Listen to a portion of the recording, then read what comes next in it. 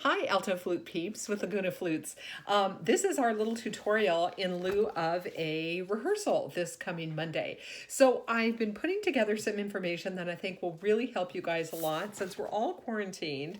If you don't have this book, go ahead and get this. It's really great. And another fantastic resource for alto flutists is this practice book. Yes, it's the same series as the Piccolo Practice Book by Trevor White and Patricia Morris, fabulous flutists and pedagogues from England. So this is really going to be a great book. It has lots of excerpts and lots of exercises. Chris Potter's book has tons of exercises for tone. One of the things I want to stress to you guys as alto flute players is when you're practicing, keep your tuner on all the time. What you're doing is you've got to take a look when you're playing and make sure that when you're working on anything slow that you're checking in with the tuner constantly, because you're going to teach your embouchure what to do for the alto flute because it is a bigger instrument, right? So when I play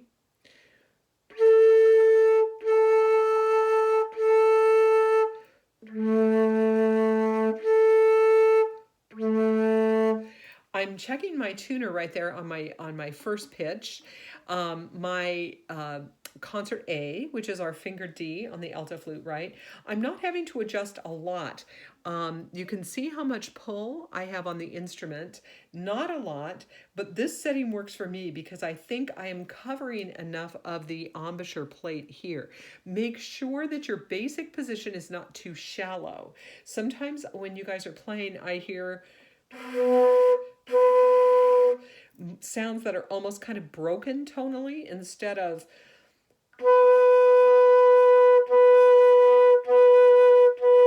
so I have to get into the meat of the sound by covering a little more and aiming down a little more. Now, Sandy, I know you play the curved head joint because that's more comfortable in your hands. I sent you a little picture of some alignment tips. I'm wondering if your alignment on the curved head joint needs adjustments. So check that. So looking ahead to our rehearsal plan, for this week was Misty Mountains movement 5 and 6. There is no movement 6, so it should have read 4 and 5. Mountain Songs, measure 129 to the end, Rhapsody of Spirituals all, and Appalachian Suite all. I thought that I would focus on the Appalachian Suite and the Misty Mountains for you guys because there were a few things that I wanted to share with you. So as an alto flute section, one of the things that I hear sometimes is a little unfocused sound when you guys are going for a piano. So looking at Appalachian Suite, movement 1, there's a passage at measure 39 I'm going to play for you.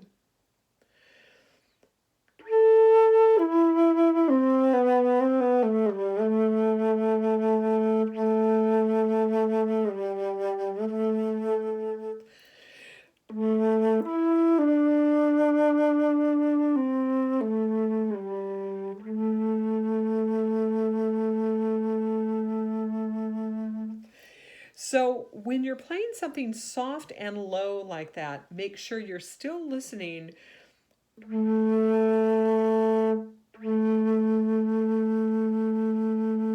Notice my eyes keep flicking over, always checking my tuner, right? So make sure you're always listening for the center in the sound. The pickup to letter C.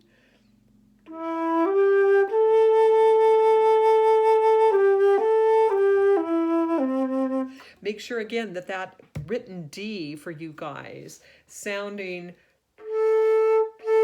the A is not too wide an interval because those are the danger spots, right? When you're moving from low to high and you're trying to play loudly like at letter C.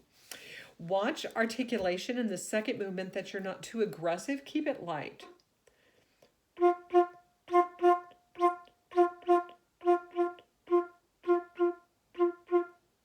There's hardly any tongue pressure that I'm using there.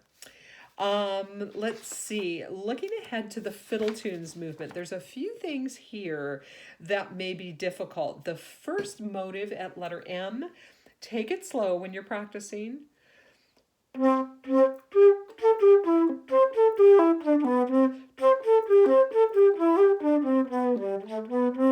Make sure that you really get everything clean and slow. Then when you speed it up,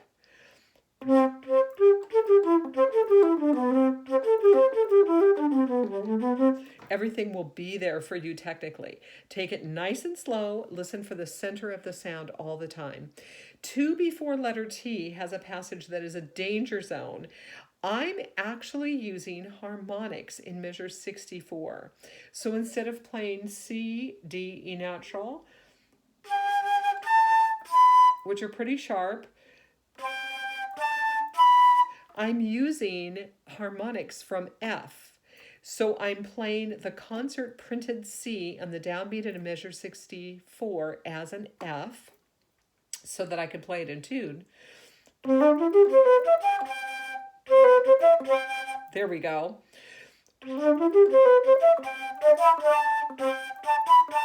And that way I'm having a better shot at keeping measure 64 low in pitch. So you're going to finger F, G, A, G, F.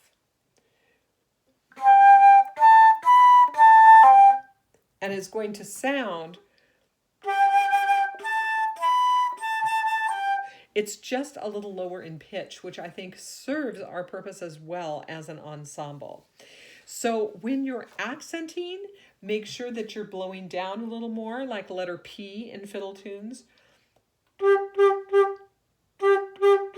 Make sure that those notes don't sound too poofy. We want to get them accented and yet clean.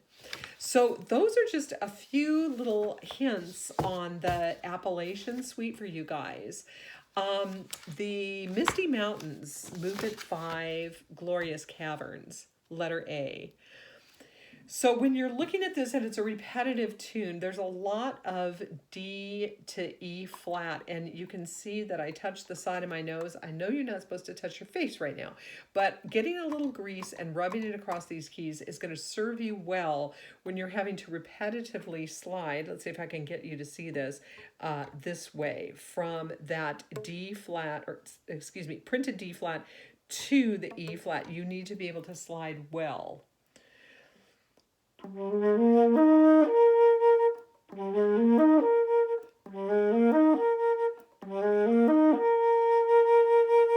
Now, on my alto flute, the A flat, the 4th 16th note, is a little sharp.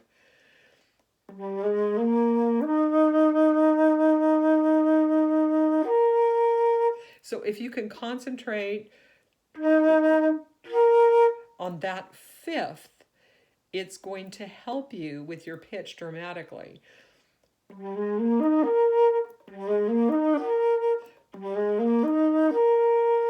You're going to be able to execute that. And the pattern's repeated forever.